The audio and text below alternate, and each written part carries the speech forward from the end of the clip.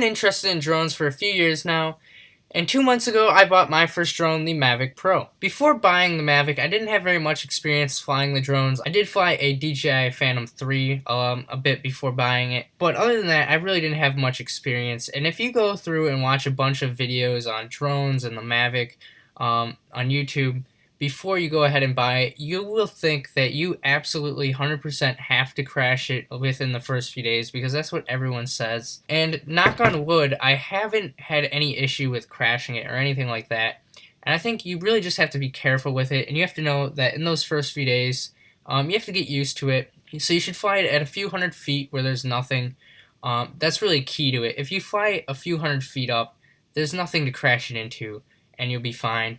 So you do that, you get a feel for it, and you'll know, like, how fast you're going in regular mode and in sport mode, and how long it's going to take to stop, and you really just know how it's going to perform. And after about a week of flying it, and getting used to it, I was able to fly it just feet above the ground at about 40 miles an hour without issue, and I've been able to do a lot more things like that. But first, it's really important that you get used to the drone and know what it's going to do and how. So I think as long as you're careful with it and you take the time to learn how to fly it, and like even after you know how to fly it real well, you don't want to just go and, try and do something crazy with it, like fly it, between tree branches or something like that.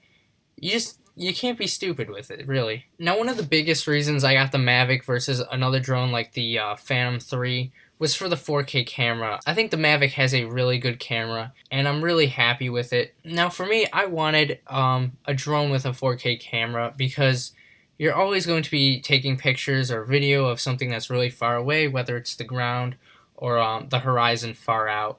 And with like the tree branches and the tree leaves, those are really small objects. So with 4K, you can get a much more clear image for things like that, and that's what I really wanted from the drone. And you can also do things like, even if you don't have a 4K display, you'll be able to zoom in, which I've done a couple times, and you can still get a really clear picture even though you're thousands of feet away from the object. So that's something I really like about it. Other than that, the camera looks really good to me, and I'm really happy with it. And once you've flown it for a bit, you really learn, like what things look really good and really cool. So there is like an intelligent flight mode that will orbit around stuff, but I found it actually pretty easy to just do that manually.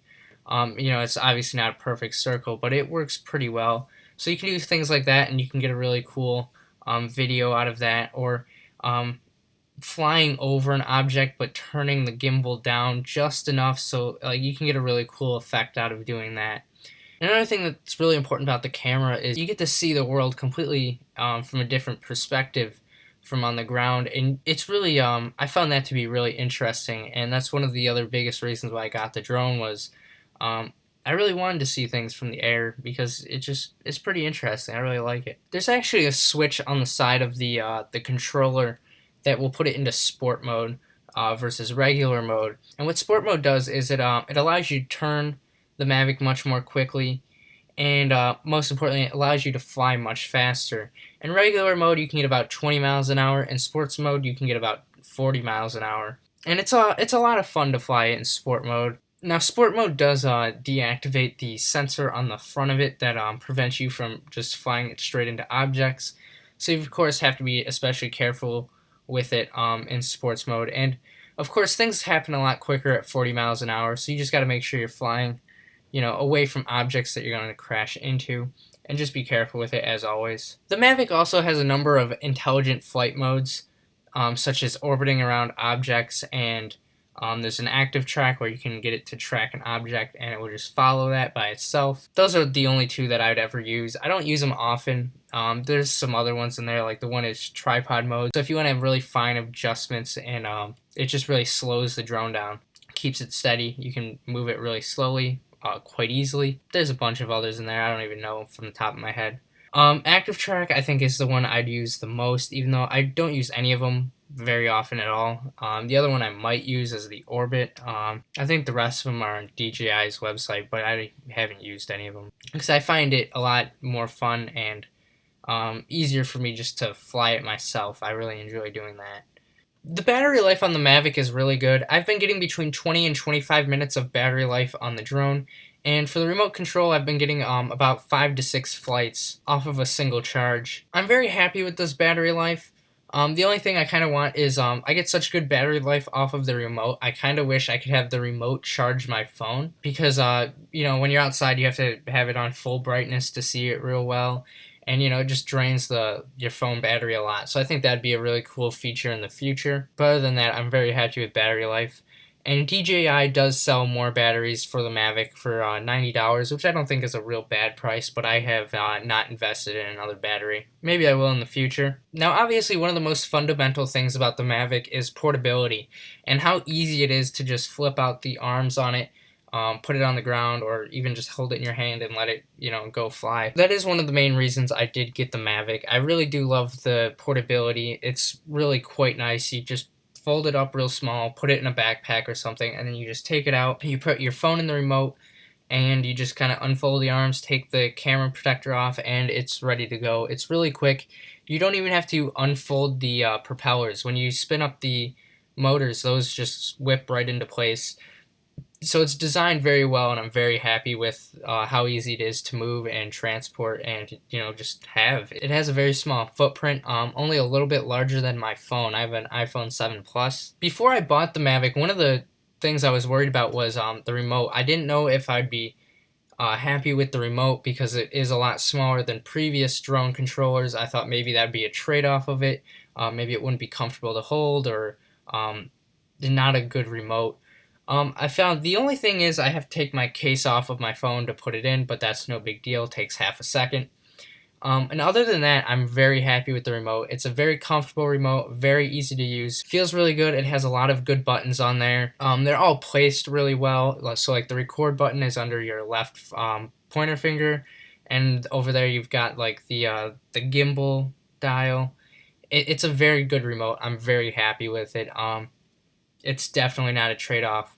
And the remote does fold up as well for portability. There's only a few negatives I have about the Mavic. One of those is it does sit very low to the ground.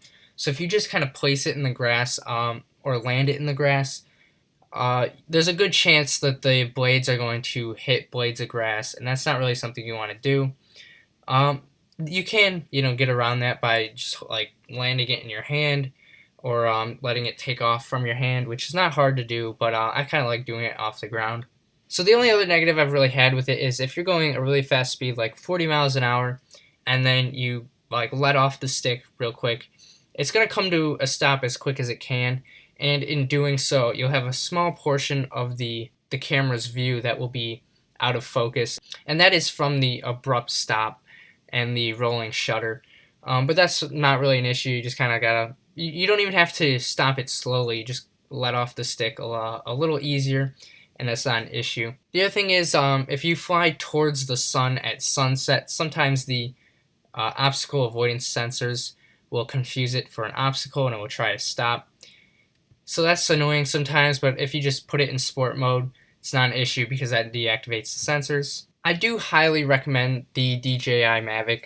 I've had it for 2 months. I got it at the beginning of March. And since then, I've logged almost 19 hours of flight on it and almost 1 million feet covered with the Mavic. So I've used it a lot. I really like it. And if you're thinking about getting one, I definitely recommend it. You just got to remember to be careful with it.